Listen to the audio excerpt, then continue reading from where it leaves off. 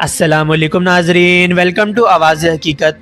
नाजरीन, तसव्वुर कीजिए एक ऐसा स्मार्ट शिकारी जो रेडार की आंखों में धूल झोंककर ज़मीन से सिर्फ चंद फुट की बुलंदी पर पहाड़ों और वादियों के सीने से लगकर आगे बढ़ता चला जाए, जो इतनी खामोशी से परवास करे कि दुश्मन को उसकी मौजूदगी का एहसास तब हो जब निशाना तबाह हो चुका हो।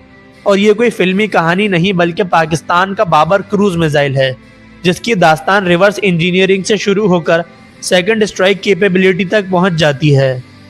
इस कहानी का आगाज़ उस वक्त हुआ जब पाकिस्तान ने ज़मीन से ज़मीन तक मार करने वाले और एटमी सलाहियत से लेस बाबर के इब्तदाई वर्जन का कामयाब तजर्बा किया, जिसकी रेंज तकरीबन 500 किलोमीटर थी।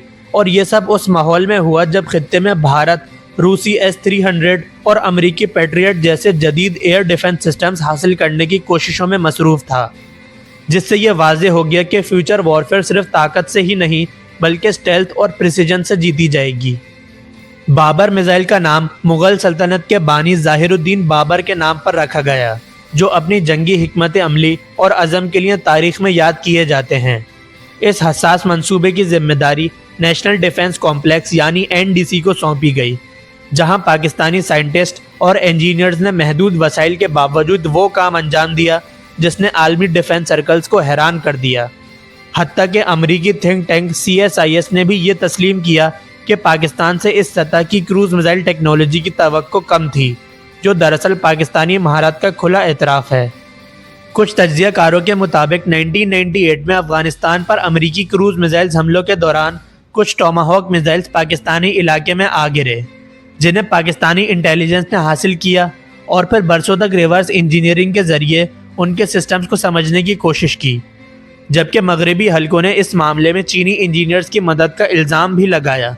लेकिन जनरल मिर्ज़ा असलम बेग समेत पाकिस्तानी फ़ौजी क़यादत ने इसे खालिस्तान मुल्क की सलाहियतों का नतीजा करार दिया। बाबर 1 की कामयाबी के बाद टेक्नोलॉजी को रोकने के बजाय मुसलसल बेहतर बनाया गया और बाबर 2 के रूप में रेंज, एक्यूरेसी और सर्वाइवेबिलिटी में मज़ीद इजाफा देखा गया, जहां GPS सिस्टम के साथ साथ इनर्शियल नेविगेशन सिस्टम यानी INS भी शामिल किया गया, ताकि अगर दुश्मन GPS सिग्नल जैम भी कर दे तो मिसाइल अपने सेंसर्स और जायरोस्कोप्स की मदद से डायरेक्शन और डिस्टेंस का हिसाब लगाती रहे और टारगेट तक पहुंचकर उसे तबाह कर दे। इसके साथ टेरेन कंटोर मैचिंग यानी टरकॉम और digital sense matching area correlation यानी DSMAC जैसी टेक्नोलॉजीज़ ने एक्यूरेसी को नेक्स्ट लेवल तक पहुंचा दिया, क्योंकि मिसाइल अपने नीचे की ज़मीन के नक्शों और तस्वीरों को पहले से मौजूद डिजिटल डेटा से मैच करती है, तभी फाइनल अप्रोच में ऑलमोस्ट बाल बराबर दुरुस्तगी हासिल होती है, जिससे मॉडर्न रेडार सिस्टम्स के लिए लो अल्टीट्यूड पर फ्लाई करती हुई मिसाइल को डिटेक्ट करना निहायत ही मुश्किल हो जाता है। यहाँ बैलिस्टिक मिसाइल और क्रूज़ मिसाइल्स के दरमियान फ़र्क समझना ज़रूरी है। बैलिस्टिक मिसाइल ऊपर स्पेस की तरफ जाती है और फिर नीचे गिरती है। यहाँ रेडार फिर भी मिसाइल को दूर से ट्रैक कर लेता है, जबकि क्रूज़ मिसाइल हवाई जहाज़ की तरह एटमॉस्फेयर के अंदर बहुत ही लो अल्टीट्यूड पर मुसलसल परवास करती है, जिससे डिटेक्शन का इम्कान कम और प्रिसीजन स्ट्राइक का फ़ायदा ज़्यादा मिलता है। इस इर्तिका का सबसे अहम मोड़ 9 जनवरी 2017 को सामने आया, जब पाकिस्तान ने अपनी आबदोज से बाबर 3 का कामयाब तजर्बा किया, जो सबमरीन लॉन्च क्रूज़ मिसाइल यानी SLCM कैटेगरी में आता है। और ये सिर्फ एक टेस्ट नहीं बल्कि सेकंड स्ट्राइक कैपेबिलिटी का बाकायदा ऐलान था। सेकंड स्ट्राइक कैपेबिलिटी का सीधा मतलब ये है कि अगर दुश्मन पहले न्यूक्लियर हमला कर दे और ज़मीनी बेसिस नुकसान उठा लें, तब भी समंदर की गहराइयों में छुपी आबदोज़ें जवाबी हमला करने की सलाहियत रखती होंगी। और जब दुश्मन को पता हो कि जवाब ज़रूर मिलेगा, तो वो हमला करने से पहले 100 मरतबा सोचेगा।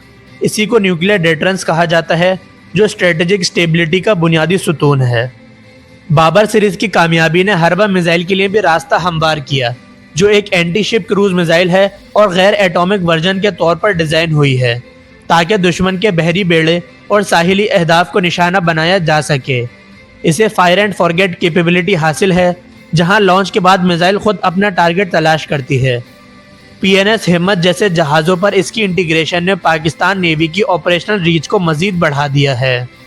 क्रूज़ मिसाइल असल में एक तवील रेंज का खुद मुख्तार सिस्टम होता है, जो ज़मीन, हवा, समंदर या ज़ेरे आब कहीं से भी लॉन्च किया जा सकता है, जो छोटे जेट या टर्बोफैन इंजन की मदद से सैकड़ों या हज़ारों किलोमीटर तक परवास कर सकता है। جبکہ nap of the earth flying technique کے ذریعے یہ پہاڑوں اور وادیوں کے اوت میں چھپ کر ریڈار کے لائن آف سائٹ سسٹم کو چیلنج کرتے ہوئے ہدف تک پہنچتا ہے۔ آخر میں بابر اور حربہ میزائل صرف ہتھیار نہیں بلکہ پاکستان کے سائنٹیفک انوویشن، انجینئرنگ اسکل اور ڈیفنس سیلف ریلائنس کی زندہ مثال ہے، جہاں عالمی پابندیوں اور محدود وسائل کے باوجود NDC لیبارٹریز سے لے کر سب مرین لانچ تک ایک مکمل سفر طے ہوا، جو آج قومی سلامتی، ڈیٹرنس ڈاکٹرائن اور خطے میں طاقت کے توازن کا بنیادی حصہ بن چکا ہے۔